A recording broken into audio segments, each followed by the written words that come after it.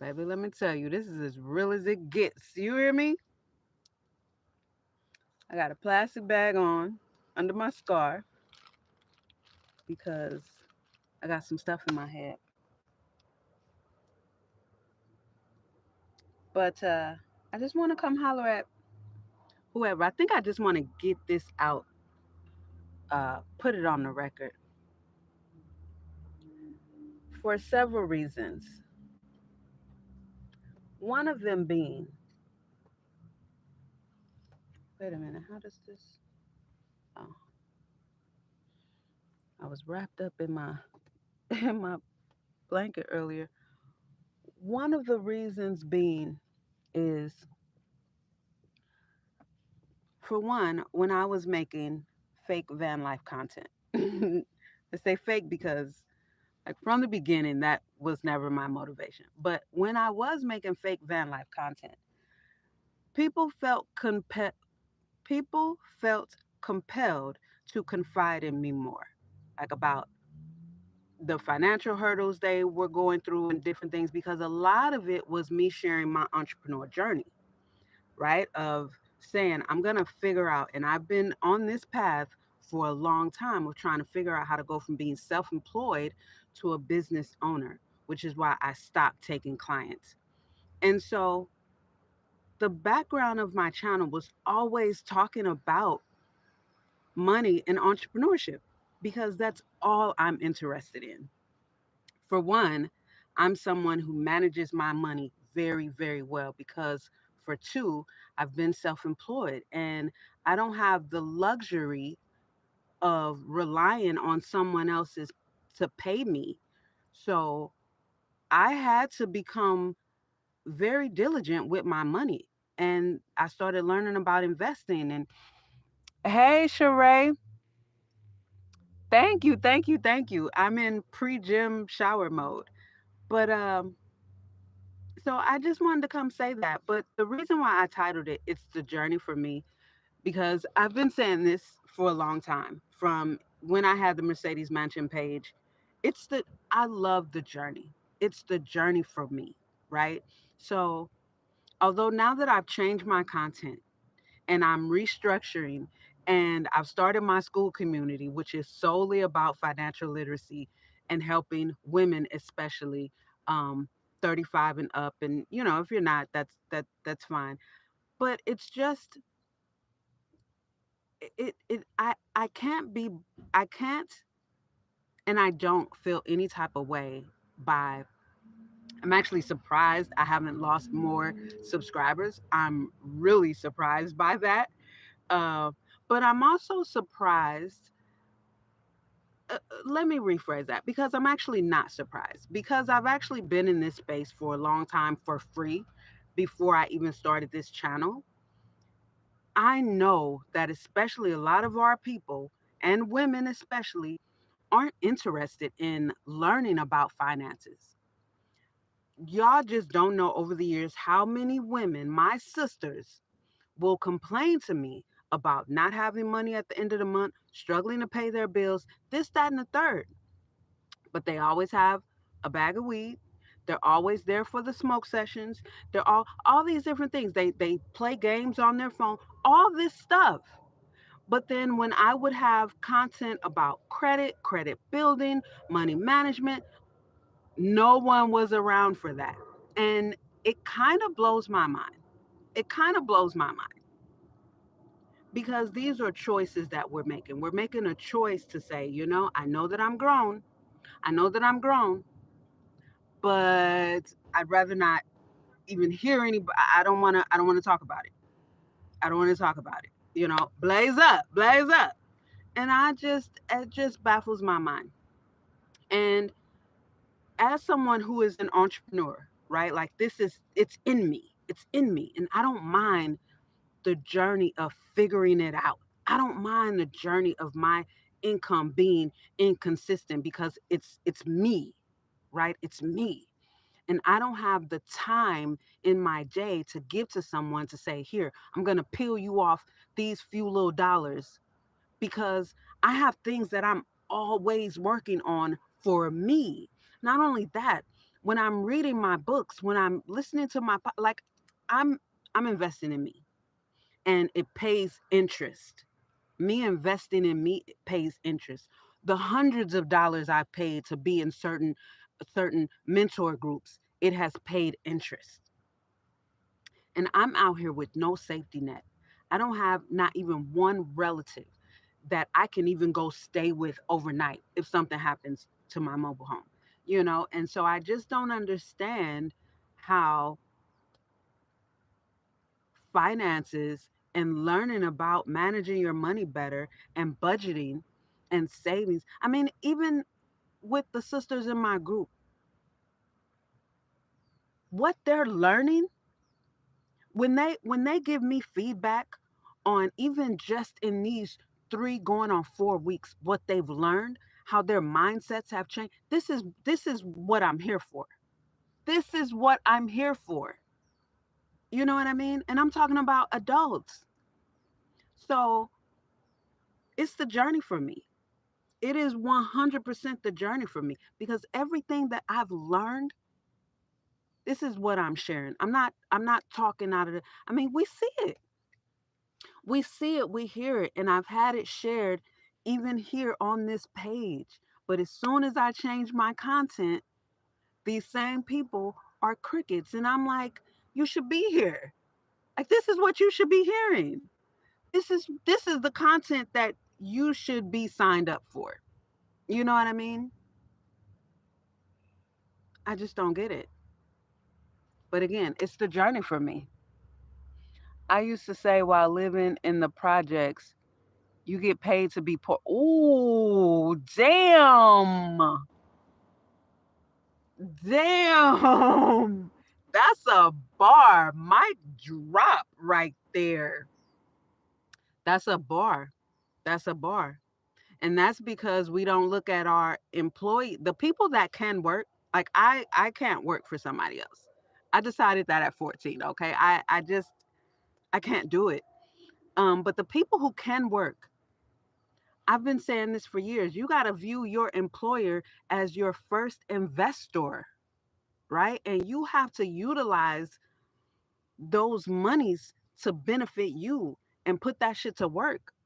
People see me living in a van. Every dollar I get, I put it away in my investment account. I have a little stash that I save here. I buy silver. I don't need money to impress people online.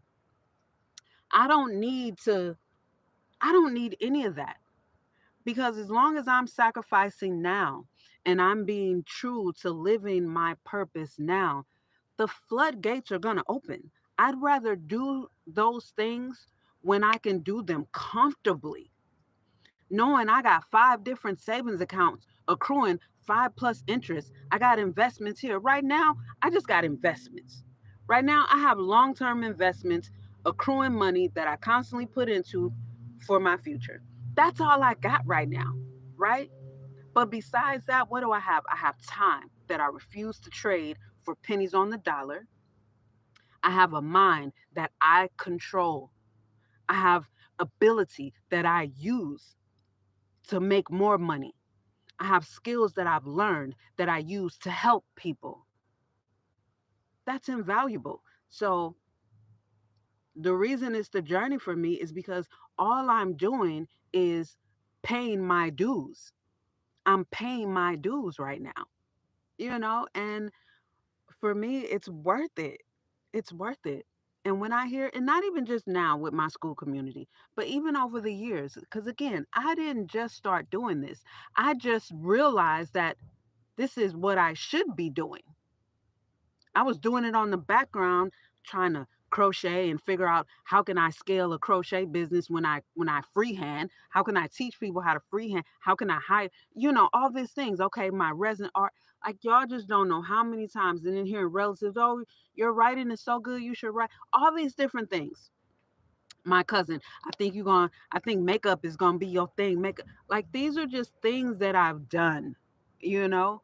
But underneath them all, I've always been a teacher, and I've always, uh, from learning, because I was taught this in school, but it was just in the background. But as an adult, just learning about finances here and there, I didn't I didn't think about it. Like it didn't register to me. I'm thinking I'm just doing this because I need to know this. But then me being a teacher is just me. You sit in my chair for makeup, I'm going to be teaching you. I'm going to be teaching you about skin. I'm going to be teaching you. This is what I've always done. When you're in my chair about hair, I'm teaching you. I'm teaching you about your hair, about proper terms. I'm teaching you what actually fine, coarse, medium actually means. You know what I mean? I'm teaching you these things because that's who I am. I'm a teacher. That's what I've done my whole life. I counsel people. It's what I've done my whole life. Since a young teenager, people have come to me for counsel. So it's the journey for me because it was put in me to be a forever student. It was put in me to learn and dive down rabbit holes of things and information that your average person isn't going to dive down. And then I know how to translate all this stuff into plain English so that people can get it and understand it and relate. And like, damn, I've been hearing this all this time, but it wasn't until you said it that I actually got it. And these are the things that I've heard over my lifetime. So, you know, it's the journey for me. It is absolutely the journey for me. And again, I am surprised I have not lost more followers, subscribers, whatever they're called. Sister, money is spiritual. Exactly. Exactly. And we know that scripture speaks very poorly of not using what you have to multiply it. I like come on, cuz it's not about religion. It's not religious. Growing up despite my rough childhood, I knew that I would be wealthy. Exactly. Exactly. Exactly. I was just saying earlier on my Instagram, I'm constantly, God is constantly pouring into me with courage, with wisdom, with knowledge. I'm constantly being poured into. And why is that? Because I'm a responsible steward of what I have already, and I have been. I have been. I'm responsible when people come to me for counsel. I'm responsible. I don't just tell them random nonsense or I don't just push them off. I'm very careful because I've experienced everything and I've had to experience it because this is who I am. With my money, I'm not frivolous at all. I don't care at all about looking like I don't have a pot to piss in or a window to throw it out of. I know and God knows I'm not here to convince anyone else. It doesn't matter because my reward is coming from God. I'm not looking for my reward to come from people because if I am, that's the end of my reward. Like that is my reward. I don't care anything about that. I'm just here to serve and live in my purpose. And exactly, I'm already wealthy. And I've been like, man, y'all just don't know how well I'm taken care of. This is why I don't worry, I don't fear, I don't fret, I don't hesitate. I move from a place of abundance because I have everything. I don't I don't I don't care if I'm down to my last $3. I don't allow hesitation or lack to enter my mind. If I'm down to my last $3 in my cash app, I'm going to get my hot chocolate because I've allotted $1.49 for my hot chocolate. And like that's it. And then not only that, but I've allotted $1.49 per day. So I wouldn't care if I'm cold. I, I don't have it in my budget to get two a day. This right here would show a lack of discipline. I only have one. Now, there may go a day where I don't get one. There may go 2 days where I don't get one, but there'll never be a day where I get two because I haven't allotted that in my budget. Even if it's a week where I haven't gotten two, so that means I got an additional in my budget for it. No, because my words will not come back to me void. I said I only get one a day. That's it. That's all. So when I spend in abundance, knowing that it's already there, replenished. It's already there. And lo and behold, it never fails. Money just comes from somewhere. If it's what is it called, my royalties from Amazon for my journals, make sure you go and get you a journal. If it's my royalties that happen to hit my cash app at the time, if it's a gig that may come through and it's paying cash, that like whatever God does to make it happen, it happens.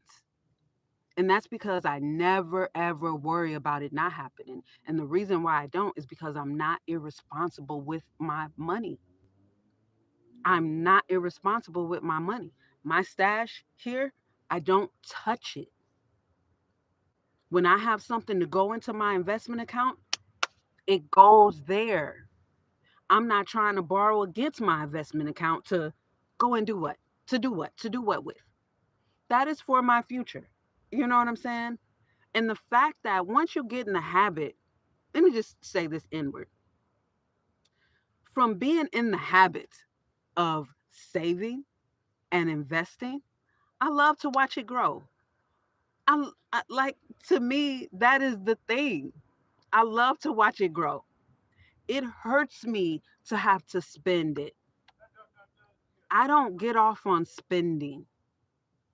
I get off on saving and investing. I get off on talking about finances, talking about money management, helping people budget. You know, I don't get off on spending. Spending doesn't turn me on. Just fuck up some commas. No, no. I've heard so many people say and talk crazy about the wealthy who are pinching pennies. Well, because in all honesty, when you get to that point, it just doesn't turn you on to, like, what else can you buy? What else can you what There's no excitement in buying. I mean, only poor people, honestly, from the mindset of being poor to living below the poverty line, only poor people get off on um, buying and purchasing. And that is because they're moving from a place of lack, and it makes them feel like they have something to buy. That's the wrong place to navigate from. Everything is abundant, and we are top tier. We have dominion over everything on the planet. We have dominion over. So why move from a place of lack? Just doesn't make sense. Have you ever considered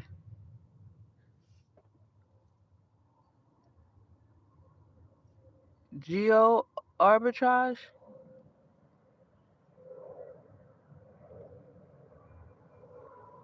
What's that? That's powerful. Recently allowed my emotions to rule me to risky chances to help others. Ooh, yep, yep. Start again. No, they won't. No, they won't. But start again. Start again. You know, the thing about it, the upside in that is you've learned. You've learned. And if you haven't learned, you're going to be faced with the same situation again. You're going to be faced with the same situation again. And that's where you'll have the opportunity to prove whether or not you learned from this last situation. You know, it's going to come up again. If you have learned, then you're not going to fall victim to it again. If you have not learned, you're going to fall victim to it again.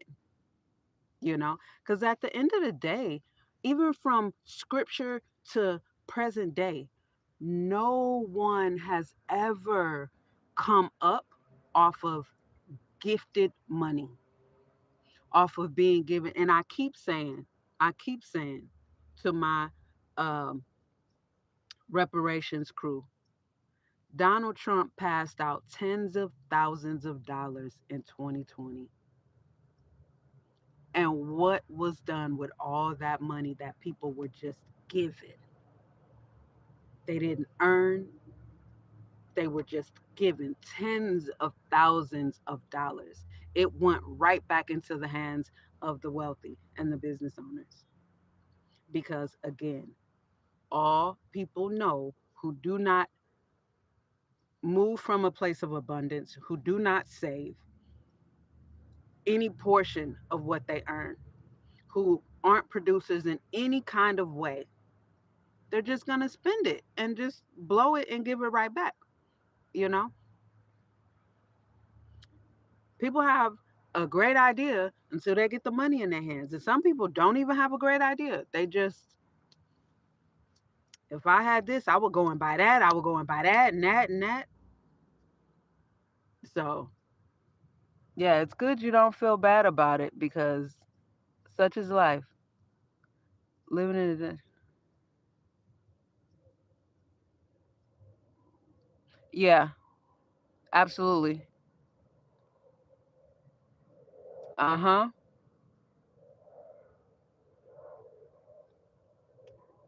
Yep. I know.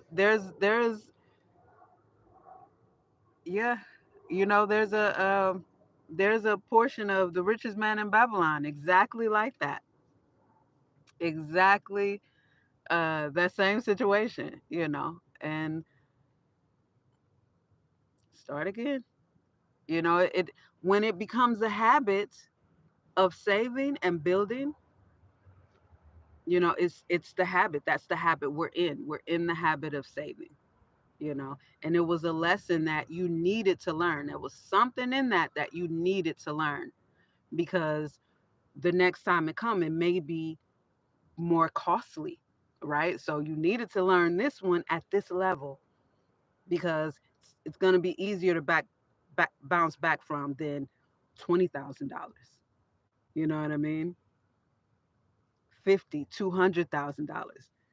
This, all right, it won't happen again, baby. It won't happen again, you know, or at least you'll know to put some, like you have to prove to me something.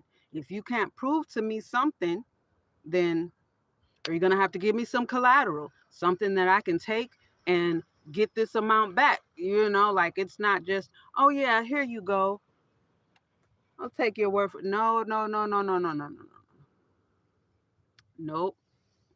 People ruin it for themselves, you know? And this is where financial literacy cost the poor. It costs them. What you don't know can absolutely hurt you. What you don't know, it costs you. It's very expensive. Ignorance is very expensive.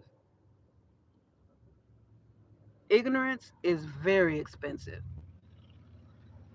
It is not bliss at all.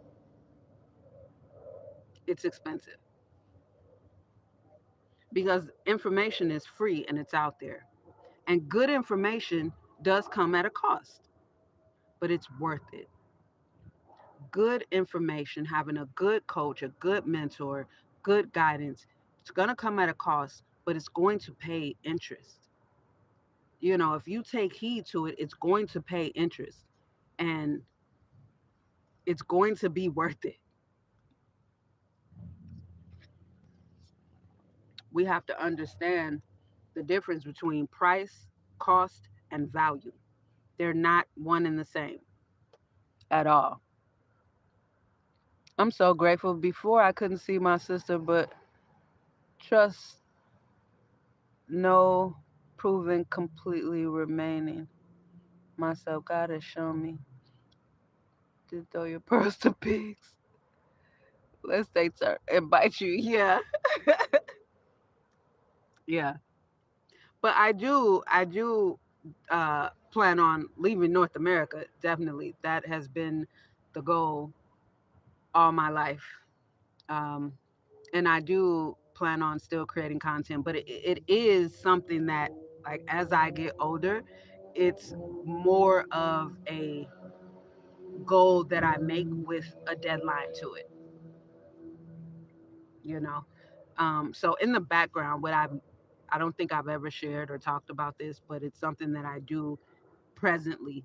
But I have some channels that I watch here on YouTube of Americans who have moved abroad. So yeah, I definitely consume their content for information and education on different places. Um, because I also want to expand. Like for me, it was just from nine when my mom moved me from St. Louis to Minnesota. I felt like Minnesota really taught me what America was about. Only on a surface level, though.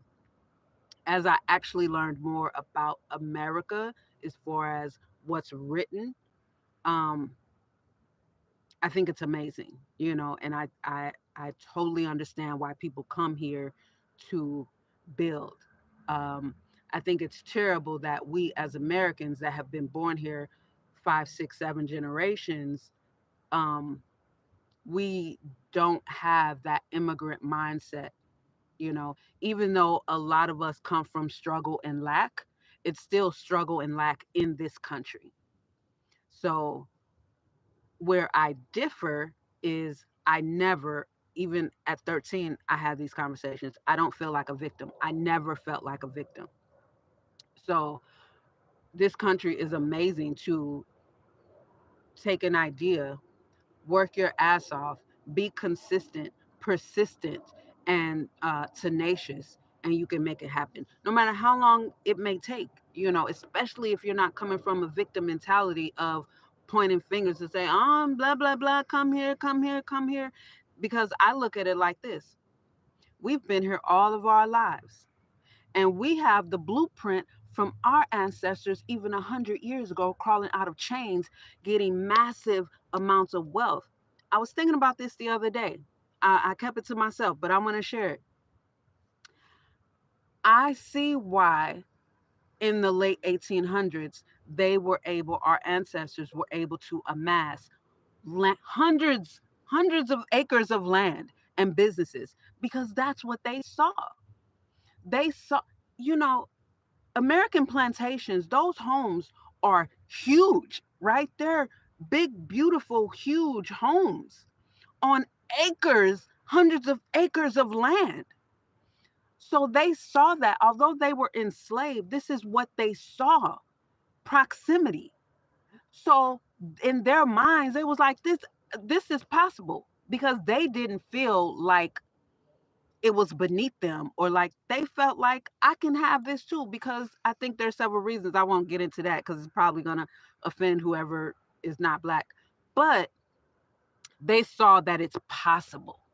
We haven't seen that up close. And then we choose not to learn on our own like I did, right? Because growing up in Minnesota, I didn't have slavery shoved down my throat. It was lily white when I went there. They didn't need to teach their white kids about enslaved blacks. They taught them about getting money and entrepreneurship and what this country is really about, what was behind all of that, right? So I studied, and when I got into freshman year of high school, when you did have a little more of that, I'm choosing to study the revolters. I'm choosing to study those who came out of that and did something. I didn't give a fuck about the post slave and the slave songs. I didn't care nothing about that. To me, that's just a victim mentality. I didn't like that at all. You know what I mean? I want to pull from the strength. That's the cloth of the ones I'm cut from. The ones that didn't come out whining and begging, that made it happen. And I see that they were able to do that because that's what they saw. They saw the white masters in these big ass homes on hundreds of acres of land. So as soon as they were set free, I mean, what was it, 67 years? They were able to build up. If that's not impressive, I don't know what the fuck is. But again, we don't have that immigrant mindset, and we don't have that grit to tap into what our ancestors, the blueprint that they laid out of working together, having the wherewithal to know that it is possible because they saw it, because we haven't seen it. We grew up in the projects, we grew up in a single mother home who just all kind of bad influences. You know what I mean? We grew up, just we didn't see any of that. We didn't see it like they saw it. And you hear the wealthy and the business owners, and you hear them talking about proximity. Well, they were close to it. Let's not focus on the fact that they were enslaved. They were enslaved on hundreds of acres of land outside of 5 and 25,000 square foot plantation homes. You think that's not going to do something to your psyche to make you strive for that because you see that it's possible? But when you grow up in a 1 bedroom apartment with roaches, and everyone they just got their mom, and if their dad is there, he a garbage man, and no one's striving for anything, nobody's trying to get off the block, then you tend to focus on, well, this is all we got. No, no. But the immigrants who come from them same situations in other countries, they come here and they see even just the difference in landscape, and they see all the freedoms here. They see Americans can talk shit about the government openly, publicly, online, and no one, their life isn't on the line. Americans can be homeless on the street. Like, Americans have all this freedom in America, but they choose not to use their freedoms to build anything. Well, hey, I see an opportunity. Okay, I see that black people really like spending money. So you know what? I'm gonna put a convenience store right in their neighborhood because they like to spend money. They like the convenience. So if it's right here in their neighborhood, they gonna they gonna buy me out. You know what I'm saying? They gonna always be here. Okay, but we don't do that. We don't think, you know what? We like to drink, so why not me and my partners or cousins or whoever, or why don't we take our income taxes and buy a liquor store, buy a laundromat, buy a KFC franchise? Why aren't we buying up these because we have a lack mentality, being born for generations in this first world country, and we choose not to look at our ancestors who crawled out of chains and built up massive amounts of wealth and businesses and land. And again, I think it's just because they saw it. So they saw that it was possible for them as well.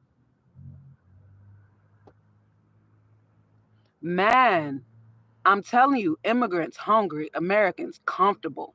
I'm telling you, I'm telling you, comfortable, complainers, uh, want handouts, beggars. I mean, the list goes on. But honestly, that's not the cloth we were cut from. But again, it's proximity. It's what we see versus what they saw, and they saw uh, those huge, huge uh, plantation homes. Huge. I mean, we know, right? We know plantation houses are huge, huge, on hundreds of acres of land. You gotta be, you gotta be a damn fool to come out of that environment and just sit and start begging, to not strive. But that's what a lot of them did. They came out of that and they strove for, and they got it. They achieved it. They achieved generational wealth, but the later generations allowed it to be taken. I don't give a shit about the burn down. I don't give a shit about that.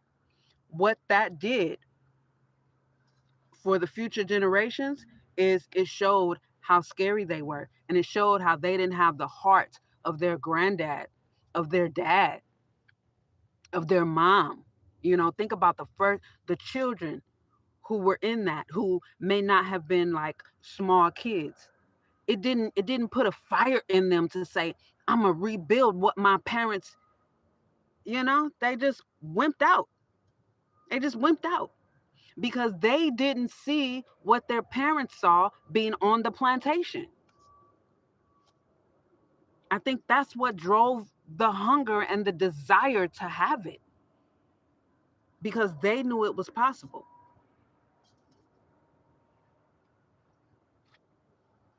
and they wanted it. They weren't talking about handouts and reparations and gimme, gimme, gimme. All you need to do is let me loose. All you need to do is let me loose. And I got me. Let me loose. And I'm gonna show you exactly what the fuck I can do. Let me loose. And they did just that, you know? So for me, I feel the same way. I don't care how long it takes because I don't have relatives. Again, y'all just don't know how many business ideas with the whole implementation, with the resources, with, it's like this, and that, putting it together that I've taken to different relatives and they're just comfortable working for someone else. So much so that they wouldn't even want to put any of their off work hours into helping me grow this. Now I'm not gonna build this and you have 40% ownership. No, if you're gonna do 0% to help me, then it's just gonna be 0%. You know what I mean? That's it. So many times. So many times. And I know that's not all of us. I know that's not all of us. And so even what I'm doing just inside of my community, of my school community, is like there's a category that I have in there called family business, and I share ideas and I share links to actual stories of families who built, because for one, we bought the lie, don't do business with family. But then again, every business we know is a family business. Every business that we know, it's their last name in some way. Every business we know is a family business. How is it that we just bought that lie? That's that's nonsense. That's nonsense. So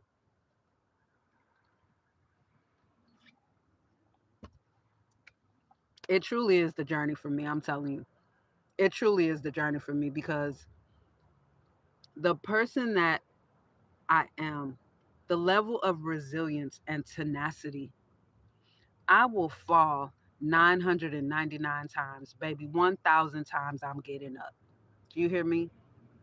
I'm getting up. And I'm getting up with the same level of enthusiasm and tenacity as I feel like I'm no, I'm not tired. I'm not ever tired of getting back up. I'm not ever tired of pursuing. I don't get tired of that.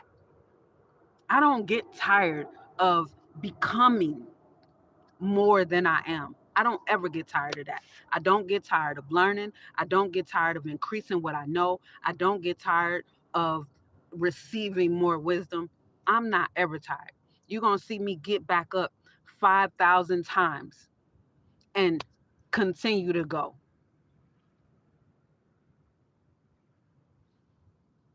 That's just it. As long as there's breath in my body, okay, she's going to keep moving forward. Period.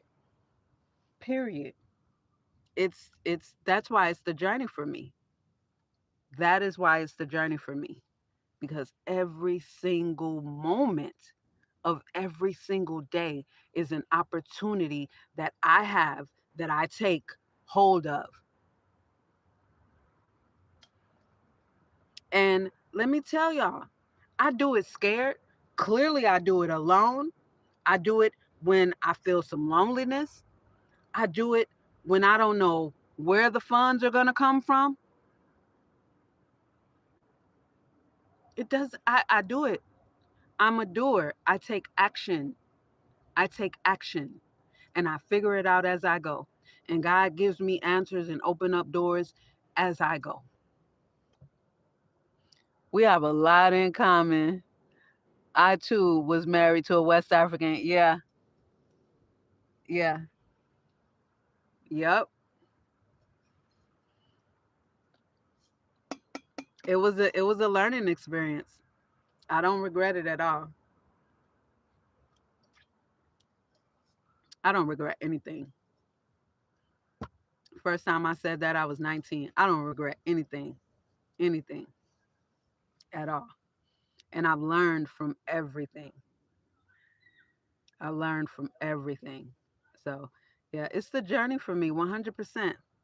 And I'm so grateful. So I have five in my community because I started it off to get my founding members. So they were let in when the community was free, like right when I opened it. I DM'd so many people. I did not expect uh, to get my five founding members like immediately, instantly like that. So then my sixth member came in after it was paid already. So right now it's a paid group. So, um, but one person I did exit from the group. Um, so now I have five members, four of the free founding members. I call it a free scholarship. So four that are there on the free scholarship, and then my paid member who is a YouTube subscriber. So I appreciate her. And she is one of the ones they both. So I have five, and I have two that are active, right? Two that are active. And what I love about these two, so one of them is on a free scholarship, and the one is the paid member, and two totally different financial dynamics, right? But I love the fact that they're both learning and growing. And although they're on two different financial scales, they both are seeing like the one that's on a free scholarship, she's now starting to see the purpose of uh managing her money and creating a budget and sticking to her budget and giving herself an allowance and sticking to that, and putting yourself on a daily spending budget. And then the other one who's in a lot better financial position and has things put together, because that one, the paid membership, it comes with two mentor coaching sessions, like two one-on-one sessions, um, a month, like the first week of the month and the last week of the month. So we've had one already. So that's where we do more of a deep dive into their finances, putting together a budget, and just a debt payoff uh, schedule and things like that. So she has things in place that she wasn't even like, she knew she had it, but a big deal is, like I say about everything, you got to know your numbers, right? Know your numbers. You should know all of your numbers off the top of your head. So that she's like, okay. And she was taking notes. Like, I was like, yes, she's in it. So she was taking notes the whole way. And so now she has more clarity about her investment portfolio, why she has it, what it is, how to um, pay into different things. There's another one, it's like, okay, we're getting her set up into, once she's able to move that money into a money market account, and, just different investments that are not Wall Street investments, right? Because she's not quite there yet, but there's so many different ways to invest when it comes to just buying assets that are going to bring in more income and multiplying your money. So, and even having high yield savings accounts and money market accounts versus just your traditional bank accounts that are giving you 0.0 something percent. Like, that's effing ridiculous. You know what I'm saying? So this, she's just like, wow, I've learned so much just from being here. That's what I'm talking about. That's what I'm talking about. That's exactly the whole point. That's exactly the point. I created a new Instagram page. So if you are interested in just some free finance tips, money management tips, follow my Instagram page. It's free. And if you want more of a deep dive, more of a hands on, then definitely join my school community. Right now, it's still only $15 a month or $150 annual. With the annual, the benefits of the annual, and all of this will be changing once I get to 10 paid members. So right now, the annual gives you 2 months free. So either $15 a month, which is 180 for the year, just month by month. At the end of the year, you will have paid $180, or a one-time $150 for the year, which is a 2-month discount. So that's if you want more of a hands-on, but just for some everyday tips on saving and different things like that, definitely God showed me how to recycle money. I know that's right. I know that's right. I know that's right. Cause if not, baby, it's gonna be gone. It's gonna be gone. Money likes to work. Money likes to work. And just like the scripture, what is it? Matthew 18,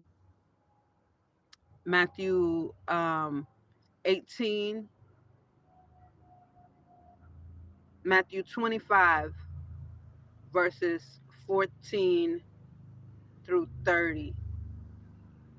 Yeah, Matthew 25, baby. Um, for real, if you don't utilize what you have, the little you have will be taken from you. You know, thou wicked, wicked, and lazy servant. The little you have will be taken from you, and it will be given to the one who has the most. And that right there answers why the poor get poorer and the rich get richer, because the poor don't use what they have to multiply it. So it will be taken from you. If you can't prove to be a good steward over little, it's going to be taken from you. And this is in scripture. This is in scripture. Baby, if you take what you have and you learn to multiply it, you learn to be a good steward of the little that you have, you take care of the little that you have respect for the little that you have, you will be increased. You will be increased. But if you're not responsible, it's just like people who live in Section 8 apartments, right? You in Section 8 apartments. And I'm going to give examples of someone that I know personally. So I'm giving real numbers, okay? Rent $6 a month at one point. $6 a month. Why are you 6 months behind in your rent? Why is your kitchen always full of dishes? When I say full, I mean full. You could smell it from coming outside. And just to be clear, this person is not black. I just wanted to put that out there because I'm black, so people may assume every single body I know is black. This person is not black. So do you think she's ever going to be put responsible for more, or given the opportunity to be responsible for more? And not only this, when we were in our 20s, she's, I think, like 2 or 3 years older than me. When we were in our 20s, she met a guy. He was an attorney and he worked downtown Minneapolis. And he liked her, right? He liked her. And so he just made her receptionist at his law firm. And at the time, like she was a fast typer. So he made her a receptionist. And she was still living in the same subsidized apartment. She's been there, I don't know, well over 20 years. Um And so he gave her a job, and she just she had it for a few months, but she hated everything about the process. The process of getting up in the morning, putting on proper clothes to go and work at this downtown law firm, getting her young daughter. She hated the entire process. And then here is where people move from a place of lack. She hated the fact that had she reported her income, her rent would have been going up to 100 and something dollars because she was so irresponsible financially. She was always broke from 2 week paycheck to 2 week paycheck. She was always broke from paycheck to paycheck. And she ended up quitting because she's like, I don't want my rent to go up.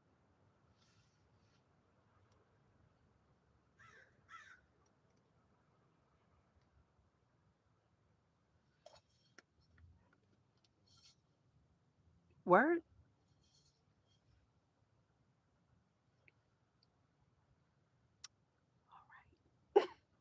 Okay.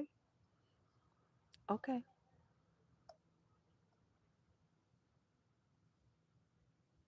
She was made to feel dirty some point in her childhood. I don't know, but at some point, we as adults have to um, come to our own mind. You know, I don't know. With me having I just, and I've for years I've watched so many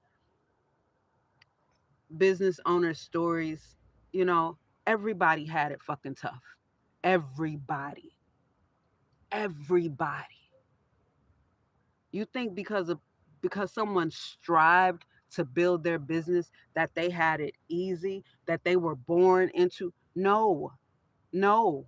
From IKEA to Zara to Mark Cuban, like the majority of people had it fucking tough from childhood, some from birth, some from third world countries. So take, I just can't accept any of that. I can't accept any of that.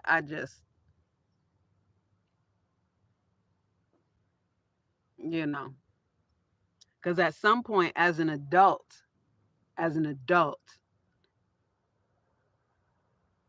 our life is our responsibility solely, solely. We have to take our learning into our own hands completely. At some point, we can't keep blaming mommy and daddy in childhood and yada, yada, yada. At some point. And to just flat out say, okay, I'm going to quit this job because I don't want my rent to go up. That's a personal level of irresponsibility. To have your rent be $6 a month and you're 6 months behind and you're on welfare.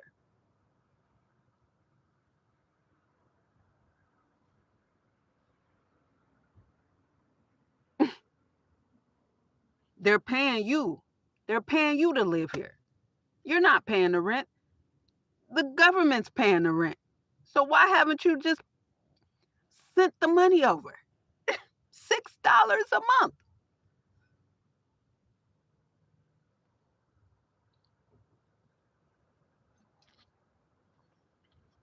That's flat out irresponsibility.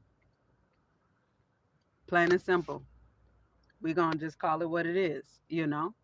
But to each their own. Some people prefer to be irresponsible. Um, Again, I'm very, very, very proud of my two active members in this group. And every time they just comment on their growth and their mindset growth, their financial mindset being restructured. I love it. I love it. So yeah, I'm looking forward to their progress. to seeing where they are in 6 months. I'm looking, especially the one that's on a free scholarship, especially her. I'm really, really, really looking forward to seeing her progress. Yeah. So, um, I'm definitely going to obviously keep my YouTube channel updated, but I really just wanted to come here, come live, and just kind of share some of what's been on my mind and in my mind about this journey through life and changing my content and you know again, I mean, I'm grateful to have not lost more subscribers. I mean, I wasn't getting big views anyway, but here's what I'm excited about, because now that I've changed my content and I have to go back to the drawing board and set up a new game plan of how I'm going to execute and how I'm going to create my content. Because on my Instagram, I'm taking the faceless approach. So I really like that, more of a themed approach. And I like that. I like that a lot. Um, and so I'm just with YouTube, I'm now back to the drawing board to figure out how I want to present my content here. Like the content is the content now, but now I'm figuring out. I'm contemplating how I want to display it. And what I like is that I'm in a position now to reach my true audience. My actual true audience. Um, instead of pretending like I make van life content, because even from my other YouTube channel years ago, when I started off in Hotel Honda, that channel was not about van life, or car dwelling life. Now, yes, I'm moving into my car, da da da, 2 weeks in my car. But what I was talking about when I would just, and the journey that I was sharing was my entrepreneur journey to figure it out.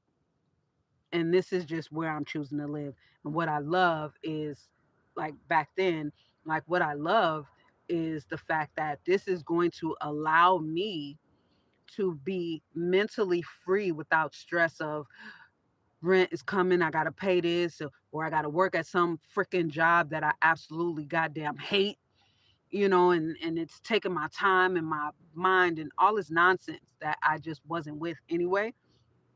So that's what I loved about it. It freed me up to be able to figure it out, to be able to go through all the different avenues that I went through, from MCA, Motor Club of America, to getting with Opus Financial, where I felt like that could have really been good. I had a mentor who, she was fucking the other dude and just was not leading me at all, and threw me under the bus a couple of times. And so it just, and I was like, damn, how come I couldn't have met, one of the other guys who was doing it?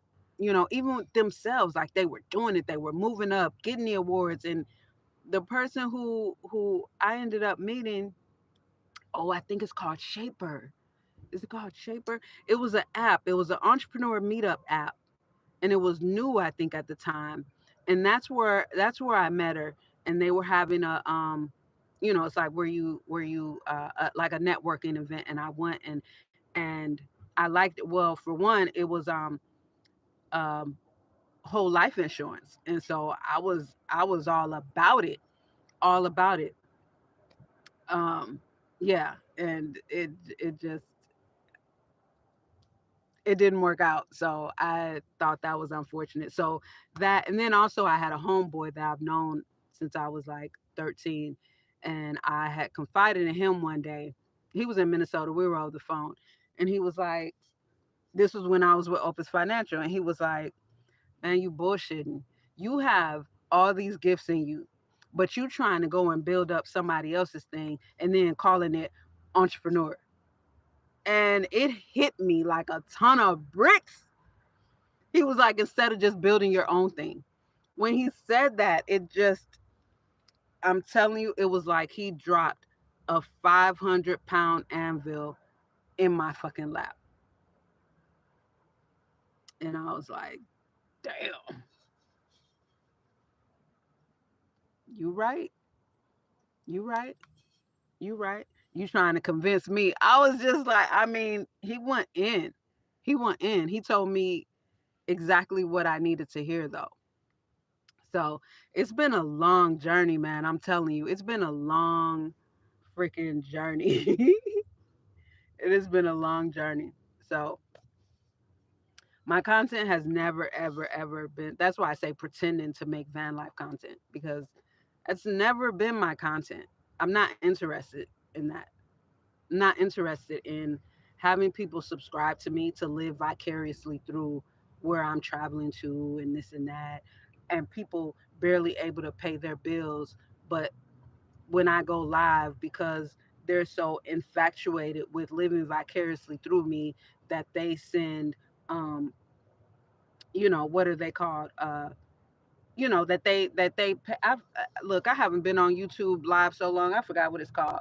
But the super chats and the super, that they're sending, but it's like you're barely able to pay your bills, but you feel appreciative because I'm giving you an escape. No, I that was never what I was about, ever. You know what I mean? I'd rather I'd rather build my actual true audience who are sending super chats and different things like that because you helped me save $1,000. You know what I mean? And I just want to show you my appreciation because since I've been subscribed to you or following you, you helped me figure out how to make a damn budget. And now I see my surplus.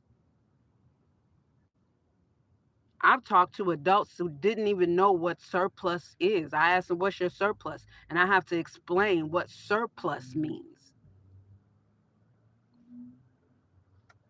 You know, I'd rather have people, I'd rather have that, but not people who are behind on bills and working around the damn clock just to make it meet. But because I'm sharing this fantastic van life and I'm here and I'm there and I'm everywhere, it's like, oh, here's a super chat. No, you can't afford that. You can't afford that. But if I'm helping you to be able to afford your life and you want to give a super chat for that, I can even appreciate that more. If you saying to me, what, you helped me save $500 this month. You know what? I didn't know anything about a high yield savings account. I looked at my bank account and I see that Wells Fargo was only giving me 0.01% of my savings. So I happened to move watching your video, did some research, and now I'm getting 4.75% interest on my money in my savings account. Thanks to you. Thanks to the information that you're sharing free on YouTube. So here, that's what I'd rather have. That audience that is tired of ignoring their finances. That audience that is afraid to look at their bank account so they avoid it at all costs. And they're like, you know what? I think I can learn something from what she's saying. This channel, personal fitness with laughter, light, talking, you have the ability. Oh, personal finance. Yeah, I think that's is it personal finance? I think so. Yeah, exactly. Exactly. I think that's something more substantial and lasting and will help people through their life. You know how much work it is to have, like, I do have another channel, my old original channel. Um and I post on there every now and again. Uh it is so much work, especially now that I have my school community. I have a blog. I have this new Instagram page, like, and then, oh, I know I got time. But It's even just one YouTube channel, it's a lot of work. Once this channel is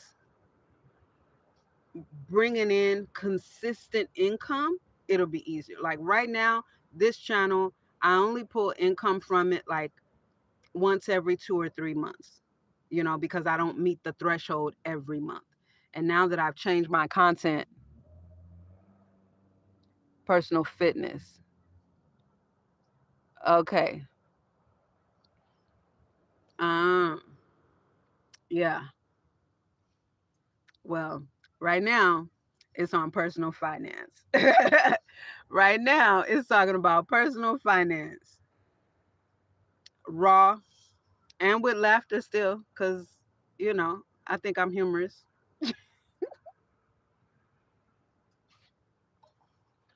So right now that's what it is. Personal finance. And yeah, personal fitness is important too. But this is where we at right now. And it all kind of ties in, I believe. I believe they all weave together. Because here's why I say that. They're just disciplines. They're just disciplines that are very, very mental. Like physical fitness is more mental than anything. I'm telling you, when I was weightlifting, oh man, and it's not about weightlifting. That's just I just like weight training. But it's mental. It doesn't matter how fit you are. Some days you just don't want to do it. Some days it's a struggle. Some days you feel like your body fat percentage is just higher than it actually is. You just feel bloated or whatever the case may be, and you have to force yourself. The same when it comes to finances. You have to force yourself to stick to your budget. You have to force yourself to say, okay, today my allowance is only $15 for the day.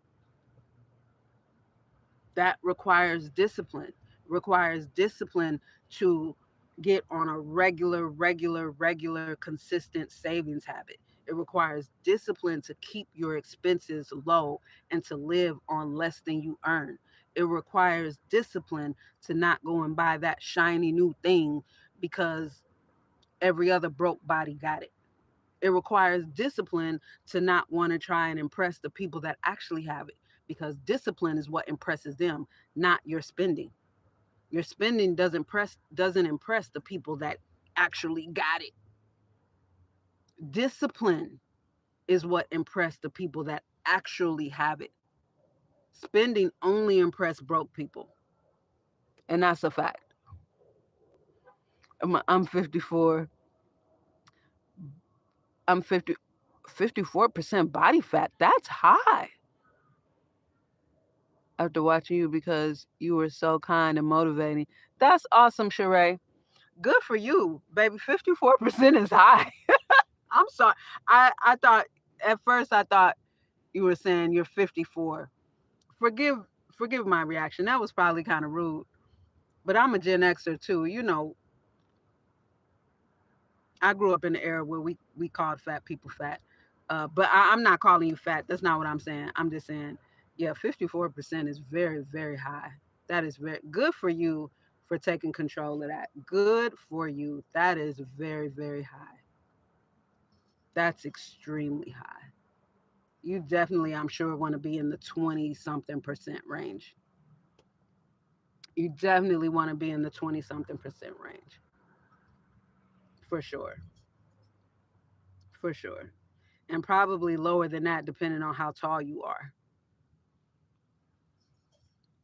I didn't expect that to be a body fat percentage. I do apologize. I do apologize for that. But good for you. I'm glad I could inspire you um, to get started with that. Health is wealth. Health is the ultimate wealth, because there is a such thing as money not being able to pay for some things. Like money can't buy you not one more second, you know? Money can't buy you. And you know, yes, everybody's going to die. Everybody's going to die. But um, you know, if we just take it back to scripture, even if we just take it back to scripture, you know, when God said, I've given you, I've brought you out of Egypt, I've given you manna, I've given you the desires of your heart, and what did you all you've done was waxing fat, you've become lazy, you've thrown all of my all of my gifts to you back into my face. Like you have the word and you don't even believe. You know what I mean? But boy, I felt that when he was like, you waxing fat. Like for real. Even just Americans have gotten so much bigger than when I was growing up. I mean, everybody is huge. Everybody's huge.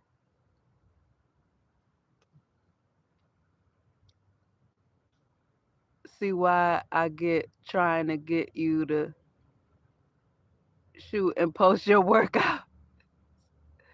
No apology necessary. Sweat is from childhood. Oh. Oh, okay. Okay. Yep. Take control. Take control of the reins and baby say, look, no more. No more. You know. Cause it's nice to be able to move. You know, it's nice to be able to give thanks for your limbs by walking.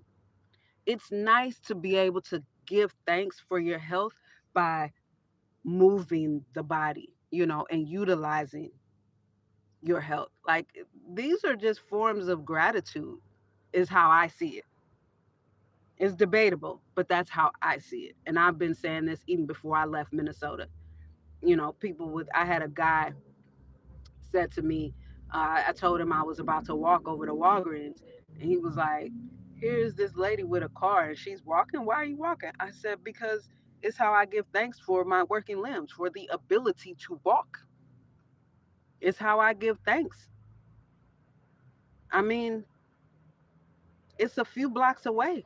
Why drive? I gotta go all out the way and all these different ways to just drive when I could just walk because I can walk.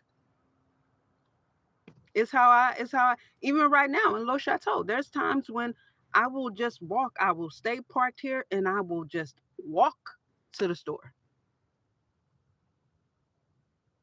To me, is how I give thanks.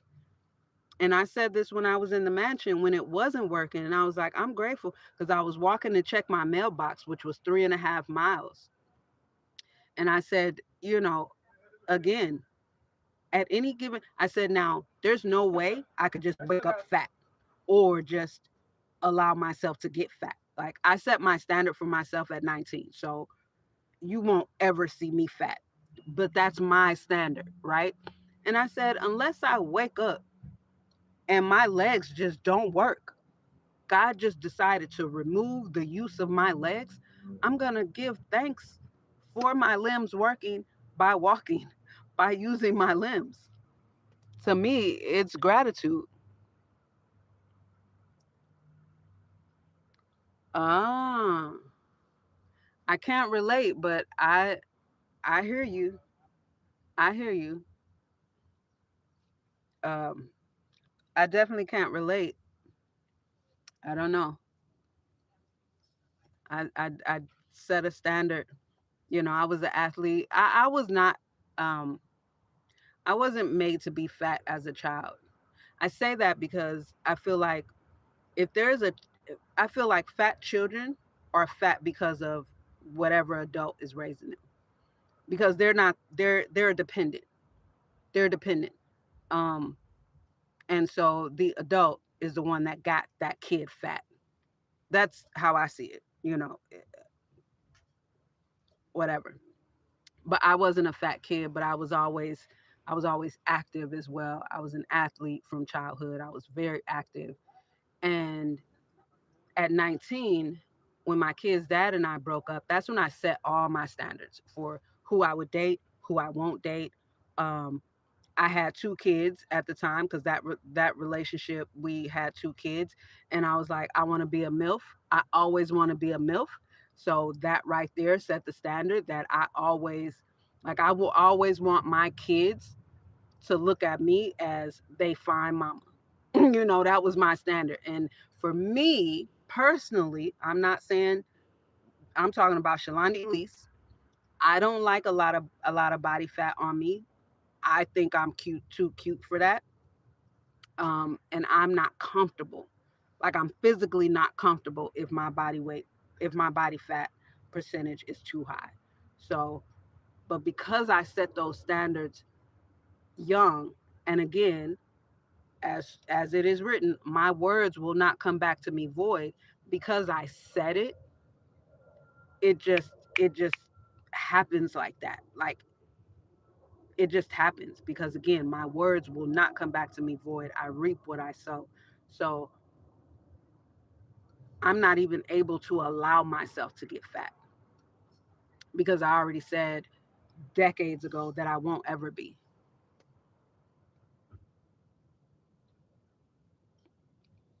Yeah.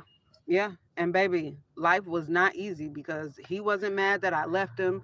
I didn't have any support. It was my young, yeah, it was tumultuous. From then through most of my 20s, my life was tumultuous. And I had to hold on to me. I had to hold on to me. I refused to let this world have me. Refused. So I've always worked out. I've always been fit in some form. Even when I got out of, like right now, I'm out of shape, right? For my standards. Um, but people look at me and be like, "You're crazy. You're ridiculous."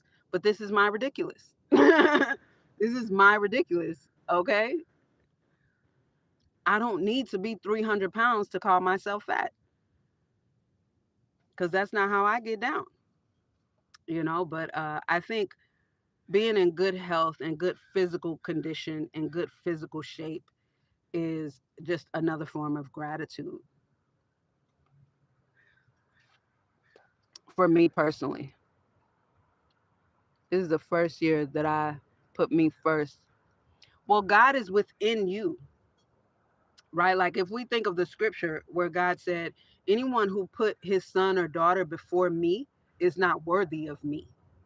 Anyone who put their mother or father before me is not worthy of me. And then let's refer to when God says, I am within you. I am within you. You are created in my likeness and image. I am within you. So that means anybody that you put before you, because God is in you, that little voice that you hear inside of you, that's God. So anybody that you put ahead of you, and when God said, you are gods, but you will die like men. This is why religion and scripture don't go together, because religion is going to do its best in human form to contradict scripture. But God told us in scripture, you are gods, but you will die like men. I am within you. And what did he tell Moses to go tell the people? When he told Moses to go tell him that he had just talked to him, who should I tell him sent me? Tell them that I am hath sent you.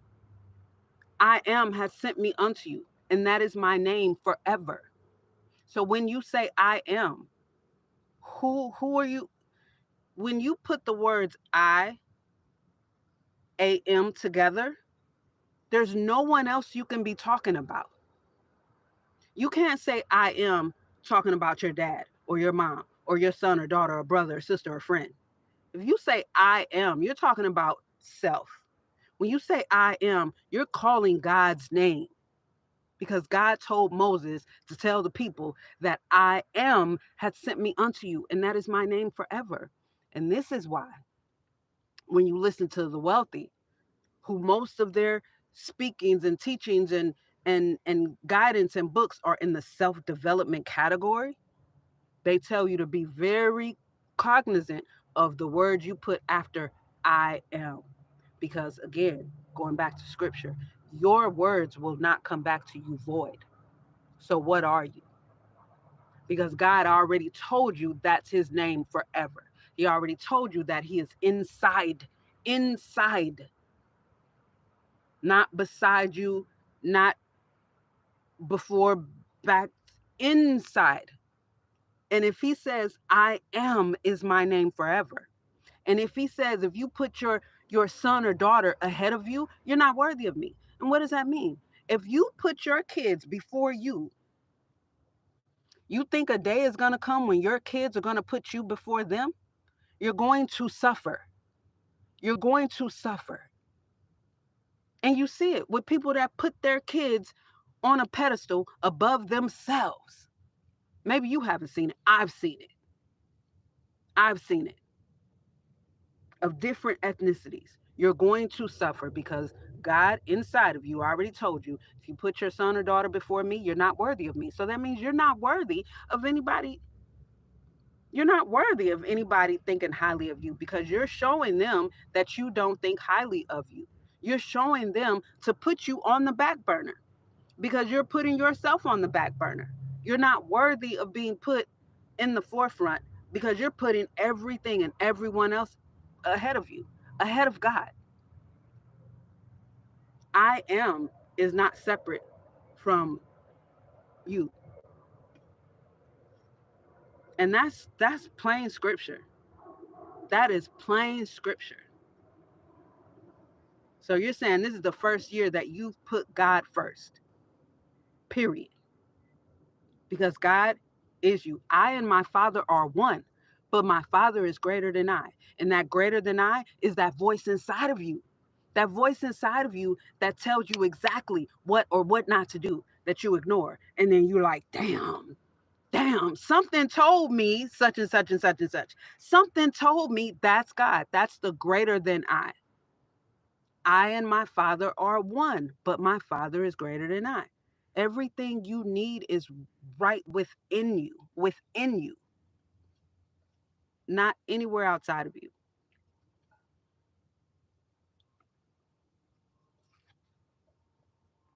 So you and God are not separate. It's not two separate entities.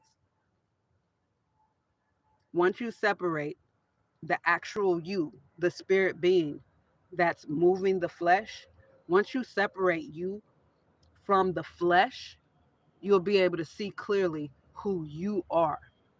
Because this flesh is just so that we can identify one another. That's it. And this is how God is able to, through us, conquer death, right? Because that's that's the end all be all. Yes, I was taught from age 5. It was my responsibility to take care of others. I was taught joy, Jesus, others, yourself. That's religion, which man created. From the time I was young, like 10 years old, my mom was going to church and taking me, and I had just gotten with her, right? So I would ask questions because, God showed me who I was at about 5. I got my first vision at 5, and I would see and hear things. So I've always trusted in that voice inside of me because if it's coming from inside of me, there's no one outside of me that I'm gonna listen to more than what's inside of me. And this how I've always been. If I just saw something in my head and then as soon as it's done playing in my head, I see it play out in real life, I was given the privilege of seeing what's about to happen in real time. So I grew up like that. So I moved to Minnesota with my mom, and she's in this, non-denominational church and all this nonsense. They read a couple scriptures, and the rest is just all gossip and hoopla and all this other nonsense. And I would ask questions, and it would piss them off But no one was able to answer because what you're saying is contradicting what I'm reading. What you're saying isn't what I'm reading. And not only that, but the real guidance, because I was a young teenager when I was started saying scripture is a handbook. This has nothing to do with religion. This is a handbook on how we should live and be. Like, this is, people say being human doesn't come with a handbook. Yes, it does. It's called scripture. It's called scripture. It absolutely comes with a handbook. But when you're clouded by man made religion, who they put their own whatever, even scripture says, woe unto the preachers, woe unto the priests who have led my people astray. Woe unto you. Because here you come with all this different indoctrination. Because people can't think for themselves, right? They're sheep. They're sheep. They can't think for themselves. So they rely on, the preachers and all these different things to guide them rightly. And they don't even know that they're being guided to the slaughterhouse because they're sheep. They don't know. They just don't know. That's why scriptures say, woe unto you for leading them astray. Woe unto you.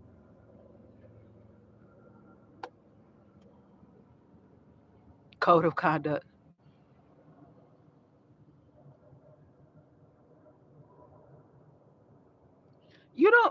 I'm definitely not here to change your mind. You don't have to agree. That's what's beautiful about individualism and discussions. You don't have to agree.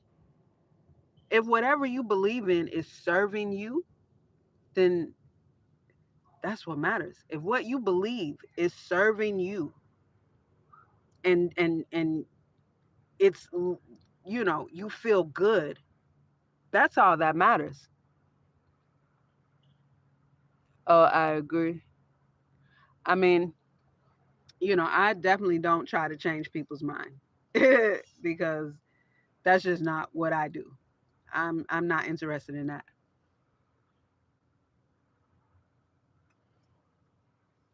Yeah, yeah.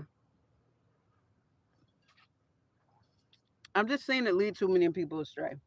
But scripture is very, very, very clear. you know, scripture is very, very clear in what God is saying. Just like, in much of Matthew, when Jesus is telling us that it's our faith, it's our believing that gets it done. It's our believing and not allowing that belief, that faith to be shaken, no matter what your physical circumstances may be showing you. You have to believe, period, no matter what. No matter what, you got to believe. When I was in the mansion, and the people that have been following my Instagram from the Mercedes Mansion page, and they had been watching me for 7, 8 months. I had oil leaks in the mansion.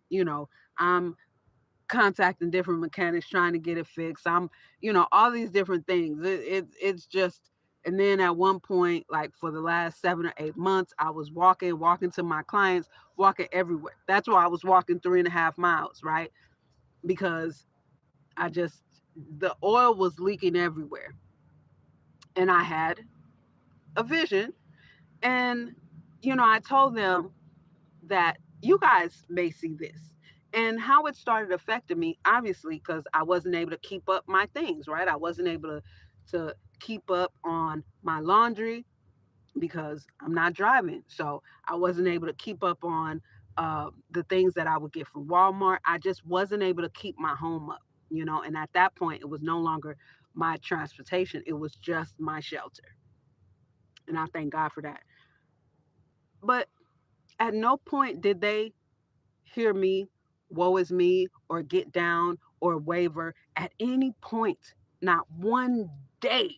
And all of this is documented on my Mercedes Mansion page. Like, all of this is documented, right? At no point did they ever see that. And when I had that vision, of me with my hand on a thick gray steering wheel. I didn't know what it was, but I said, okay, okay. So you got me already. God, you already got me. Cool. So I believe, and it got worse. It got worse. Right before it got better, it got worse. Then I lost my wallet. So then all my accounts, like it got worse, man. It got worse before it even started to look like it was about to look up. But I didn't change because like I got my first vision at 5. I believe in what I see because I believe in me and God is in me. I believe in God 1000%. I never question. I never question. And what did God do? What did God do? How did God come through? Okay? How did God come through? Came through with little Chateau. The works that I had to do was to just keep my faith, just stay believing. Even when you think about Joseph, Joseph didn't do anything but stay faithful to his belief in God. He didn't do anything but stay faithful to his belief. That's the works, which is what I'm telling people because we're not physical, we're spiritual beings. The works is in the consistently staying in action of belief because you're going to be tested. You're physically going to be tested. Joseph was tested and tested and tested and tested and tested and tested and tested. He believed. He believed in his dream, his vision. He believed that, hey, this is just a part of the journey. He didn't have to work for the wealth that he ended up with, the position that he ended up with, the abundance that he ended up with. I didn't have to work for this. My work was no matter how hard and things kept going down, I stayed faithful to my belief, to my dream, to my vision, to knowing that, you know what? My whole life has shown me God always got me. I have no reason to sulk or ask why me or blah, blah, blah, blah, blah. None of that even comes to me ever. And my clients was just like, you know what, Shalonda, we want to get the mansion fixed for you.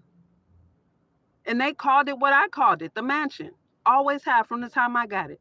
We want to get the mansion fixed for you. We was talking about it last night. Brought me to tears. Brought me to tears. I was like, are you serious? We want to get the mansion for you. Contact such and such and such and such. And this was all. So the next day, boom, boom, boom, boom, boom, got it done. The mechanic was like, I'm gonna be honest with you. I can fix it. Yes, it's gonna be $4,500, but it's not gonna last. And if you really want to help Shalonda, this is what the mechanic told Andrew, the husband. He said, get her get her a Toyota Sienna. If you really want to help her, get a Toyota Sienna because I contacted her, right. So I was honest about the situation. Like, this is my home, blah blah blah. My clients want to. So from then on, it was like, okay. So we got it towed uh to the private street, like around the corner from where they lived, because I was still working for them. And so I had started looking for a couple of other things within that price range. And I was sending them links, sending them links. And one of the links that I sent them, which was a little dealership somewhere here in California, in Orange County. And the wife, Cheryl, sent me a picture of this and was like, well, what about this? This was more in price from all the ones that I had sent them. It was super cute. It had the least mileage. This had 60,000 miles on it when we got it. And it was their pick. And it was a couple $1,000s more than everything that I had sent them and the repair. And I didn't have to do anything but stay faithful to the vision that God gave me. And this has a thick gray steering wheel. Le Chateau has a thick gray steering wheel. The moment I saw it, I was like, That's the steering wheel that was in my vision. That's the steering wheel that I saw. I was just like, oh my goodness. See, God, this is why I never lose faith. I said, this is why I never lose faith, because my whole life has always shown me that you always got me. And that's what I know. I'm not trying to persuade or convince anybody, but that's what I know the works is. Because even in scripture, when we look at every single story, they didn't have to, your physical body cannot move the spirit world. There's nothing you can physically do to move the spirit world. You have to, with the spirit being that you are, stay in constant belief. And that's what Jesus said. Like, even when the woman was like, if I could just touch the hem of your garment, do you believe that? He asked her, do you believe that just by touching the hem of my garment that you'll be healed? She said, yes, you're healed. By your faith are you healed. Your belief, the fact that you believe it. When the centurions came to him because their daughter had been bleeding for 12 years and thought she was dead, do you believe that even if I just come and speak, that she'll be healed? Yes. Yes, I believe it. Please come now. Cool, she's good. Get up. Get up. Get her something to drink. Get her something to eat. She cool. Get up. Cause you believe. Okay, your belief is like, how plain and clear can that be? How plain and clear can that be? It doesn't get much more plain and clear than that. Faith without works is dead.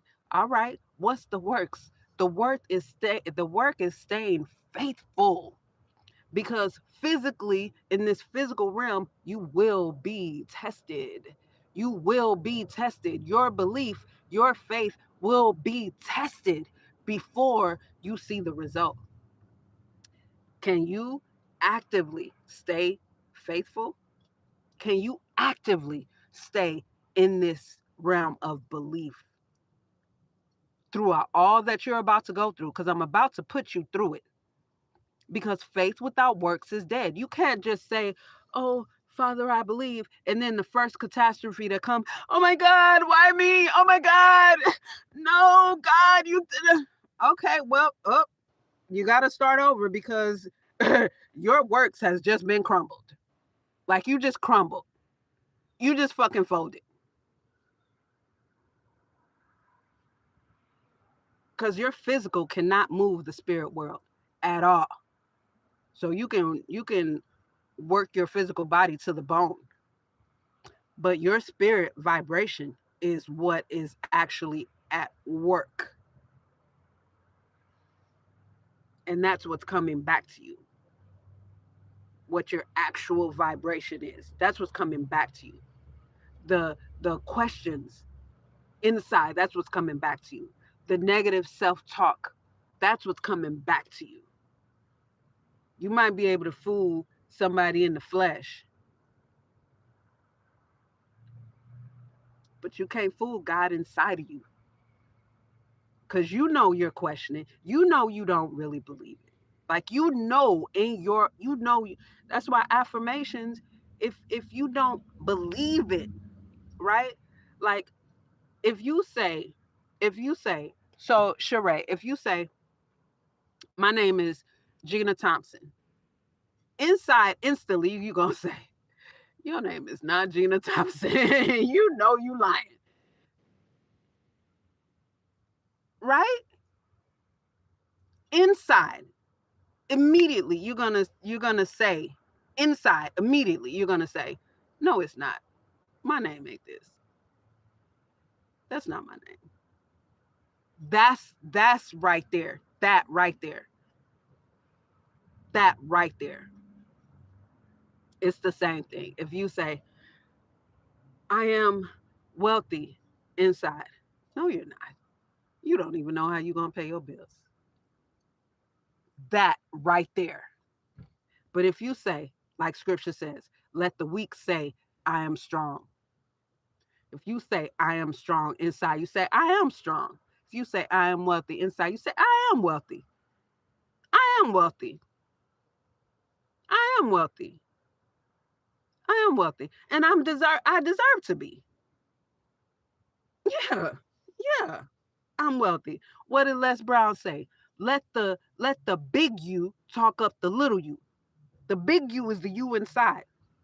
Let the big you. You know what I'm saying? I am. That's right. That's right. That is a fact. That is a fact. That is a fact. No matter how heavy it may seem, you can handle it. You can handle it.